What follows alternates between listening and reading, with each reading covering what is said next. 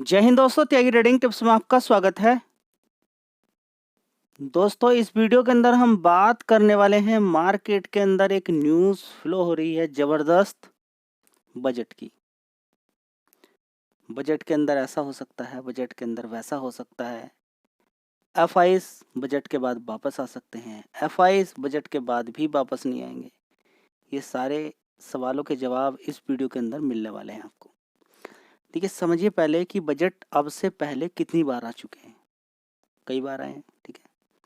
क्या आपको लगता है कि हर बजट में रैली आपको देखने को मिलेगी? अभी इलेक्शन बीते हैं, इलेक्शन किस तरीके के रहे हैं, वो भी सारी चीज़ें देखनी होती हैं। बजट के अंदर दो चीज़ें हैं। बजट के अंदर टैक्स को लेकर देखिए, पहले से ही कुछ लोग होप कर लेते हैं। कभी कभी आपने देखा होगा कि रिजल्ट्स तो अच्छे आए हैं कंपनी के, आपको भी अच्छे लग रहे हैं, लेकिन बड़े बड़े ब्रोकरेज फर्म की एक्सपेक्टेशन कुछ ज़्यादा ही हो जाती है।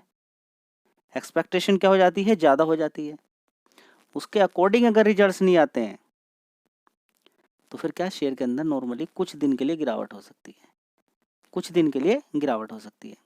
इसी तरह से अगर बात करते हैं यहाँ पर टैक्स को लेकर कोई बड़ी बात अगर नहीं आई, जीएसटी को लेकर अगर कोई बड़ी बात नहीं आई, ठीक है, तो ये एक्सपेक्टेशन चल रही है लोगों की कि यहाँ पर कुछ इन दो चीज़ों पर अगर कुछ बड़ा फोकस किया जाए, या पर्टिकुलर किसी सेक्टर के लिए कुछ और बड़ा पैकेज लेकर आया जाए, या कुछ ऐसा अनाउंसमेंट देखने को मिले कि जिससे कुछ अच्छा हो सके, इकोनॉमी की ग्रोथ को और बूस्ट करने वाली कोई बात अगर बोली जाए, मार्केट को अच्छी लग सकती है। बहुत बढ़िया बात है।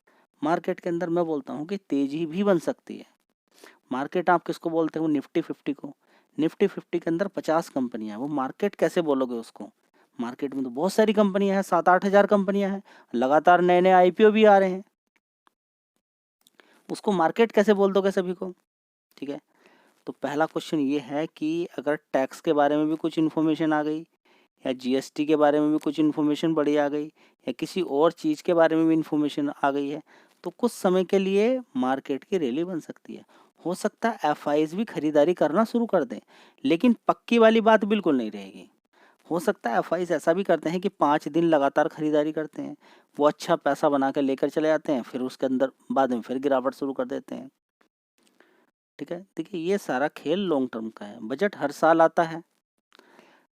आप सबसे पहले देखिए कि मार्केट के अंदर कोरोना वायरस के टाइम पे बड़ी गिरावट हुई, ठीक है। अगर मान लीजिए कि गिरावट यहाँ से हुई थी, तो मार्केट गिर के यहीं पे रुकता तो अच्छी बात थी, लेकिन यहाँ पे रुका नहीं ना, यहाँ से बहुत ज़्यादा ऊपर गया। जहाँ से गिरा था उसके बहुत ज़्यादा ऊपर गया। मार्केट तो क्या जाएगा, मार्केट चलिए गया कुछ ऊपर कह सकते हैं। मैं बात कर रहा हूँ पर्टिकुलर शेयर्स की, जो इस तरीके से रुके हुए थे। खासकर सरकारी कंपनियों के बारे में आप देख सकते हैं, स्मॉल कैप मिड कैप के बारे में देख सकते हैं कि 4-4 5-5 रुपए के शेयर सीधे 100 रुपए पहुंच गए। ठीक है। तो सबसे पहले समझिए कि बड़ा प्लेयर जिसको एफआईज बोलते हैं, खरीदता कहाँ है? बड़ी गिरावट पे। तो क्या इस गिरावट में आप बेच रहे हैं? अभी पॉसिबल नहीं कि आप बेच दें। आप जानते हैं कि लॉन्ग टर्म होल्डिंग करने से पैसा बचा रहता है। बेचोगे तभी जब और बड़ी गिरावट देखने को मिले, और उनको सस्ता ही माल चाहिए, उनको सस्ता ही माल चाहिए। लेकिन रिटेल निवेशक यहाँ पर एक चीज से सीख गया है, कोरोना वायरस। तो लोग टूटने का नाम नहीं ले रहे यहाँ पर। एक रिटेल निवेशक को तोड़ना भी मामूली बात नहीं है, उसको तोड़ना भी मामूली बात नहीं है, क्योंकि वो कोरोना वायरस देख चुका है, उससे पहली वाली बड़ी बड़ी गिरावटें देख चुका है। उसको भी समझ में आता है कि हाँ, बड़ी गिरावट खरीदो और बड़े प्राइस पर आने वाले टाइम में बेचो। लेकिन क्या आपको लगता है कि बड़ा प्लेयर अपना कोई राज ऐसे ही बता देगा? वो आगे क्या करने वाला है वो ऐसे ही बता देगा आपको, कि बड़ी गिरावट होगी तो यहीं से तेजी बन जाएगी, वो वैसे ही बता देगा आपको। सारा खेल वही रहता है पुराने वाला, उसके अंदर स्पीड बढ़ जाती है बस।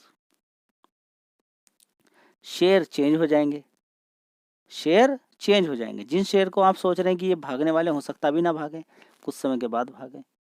तो ये जो आप अपने दिमाग में लेकर बैठे हुए हैं कि बजट के बाद 1 फरवरी के बाद, यानी कि सैटरडे के दिन है, बजट सैटरडे के दिन नॉर्मली मार्केट खुलता नहीं है, लेकिन खुलेगा बजट में, बजट की वजह से वॉलेटिलिटी ज़बरदस्त रहेगी, वो एक अलग बात है। कुछ शेयर गिरेंगे ज़बरदस्त, कुछ भागेंगे, वो भी एक बात अलग रहेगी।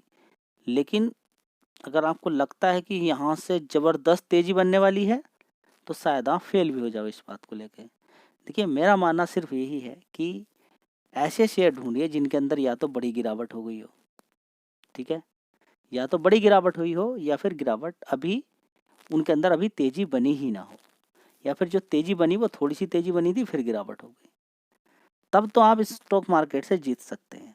नहीं तो इस तरीके से शेयर से ज़्यादातर ऊपर ही गए हैं, तो वो बेच रहे हैं एफआईज, तो कोई एक नई बात तो है नहीं इस चीज़ के लिए। कब वापस होगी उसके बारे में कह पाना बड़ा गलत है कि फरवरी से ही होने वाली है, या 3 महीने या 4 महीने के बाद होने वाली है, या फिर 2025 तक पूरी गिरावट हो। तेज़ी बनेगी नहीं, 26 में बनेगी, या फिर पर्टिकुलर कुछ सेक्टर के अंदर या शेयर्स के अंदर तेज़ी बनेगी। किन के अंदर बनेगी तेज़ी? सबसे पहले तो अभी गिरावट ही हो रही है। आप देखेंगे 52 वीक लो की बात करें, या फिर बहुत सारे शेयर्स को अगर हम देखते हैं, उनके अंदर बड़ी तेज़ी बनी थी, अभी उतनी गिरावट उनके अंदर हुई नहीं है, ठीक है। तो ये बात आपको पहले तो समझ में आ जानी चाहिए। चलिए देख लेते हैं एक बार एफआईएस का डेटा। तो आप शायद अपने नियम अलग बनाकर बैठे हुए हैं। बड़े प्लेयर का सीधा एक फंडा है कि वो तो मार्केट को गिरा रहा है, वो नहीं रुक रहा है। न्यूज़ अच्छी आती हो या बुरी आती हो, किसी कंपनी के रिजल्ट्स भी अच्छे आ गए हैं, थोड़ी देर के लिए तेज़ी बन सकती है वॉल्यूम की वजह से, लेकिन फिर गिरावट उसके अंदर हो जाती है। कोई फ़र्क नहीं पड़ रहा मार्केट को, वो मार्केट को गिरा रहे हैं तो गिरा रहे हैं। देखिए, एफआईज ने माल बेचा 2700 करोड़ का 23 तारीख को, 5400 करोड़ का, उसके बाद पहले 4000 करोड़, 5900 करोड़, 4300 करोड़। डेली 4000, 5000, 4000, 5000, 8000 करोड़ का इस तरीके का माल बेचा जा रहा है। आप देख सकते हैं लगातार माल, आप देख सकते हैं पूरे मंथ के अंदर 70,000 करोड़ का माल बेचा गया है जनवरी के अंदर, जो कि थोड़ा सा कम हुआ था दिसंबर क्वार्टर में। लगा था कि हाँ कुछ अच्छा होने वाला है, तो अभी तो देखिए काफ़ी समय है, हो सकता है कि 1 लाख करोड़ के आसपास पहुंच जाए। चलिए वहां तक भी अगर नहीं पहुंचेगा तो लगभग हो सकता है 90,000 करोड़ के आसपास तक पहुंच जाए, ऐसा भी पॉसिबल है, ठीक है। तो नवंबर में देखेंगे 45,000 करोड़ का माल बेचा है इन्होंने, और स्टार्ट किया था अक्टूबर मंथ में 1.25 लाख करोड़ का माल बेच के। तो अब देखिए यहाँ पर 1 लाख करोड़ तक तो ना पहुंच जाए कहीं, ठीक है। अभी देखते हैं, काफ़ी समय है अभी फ़िलहाल। तो कभी कभी किसी किसी दिन बड़ी बिकवाली भी कर देते हैं, ठीक है। तो अब ये सिर्फ यहाँ पर अब बड़ा ही प्लेयर बता सकता है कि, यानी कि एफआईज बता सकता है कि वो अब क्या करने वाला है।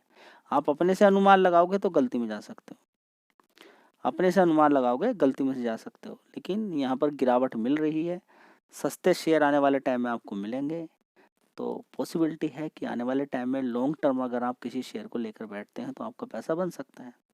फिलहाल अपने से कोई अनुमान लगाना बिल्कुल गलत होगा, गलत होगा बिल्कुल। और दूसरी बात, यहाँ पर अगर Q3 के आप रिजल्ट्स देख रहे हैं, रिजल्ट्स देखिए, बहुत अच्छी बात है। देखिए कंपनी के अंदर कितना पोटेंशियल है, वो आने वाले टाइम में आपको पैसा बना के देगा, ठीक है। तो रिजल्ट्स देखते रहें, बहुत अच्छी बात है। लेकिन रिजल्ट्स के आधार पर कोई भी किसी तरह की कोई पोजीशन बनाते हैं तो शायद आप गलत भी जा सकते हैं, क्योंकि ट्रेंड अभी निगेटिव ही चल रहा है। चलिए, वीडियो अच्छी लगी लाइक शेयर कर दीजिएगा। जय हिंद, वंदे मातरम।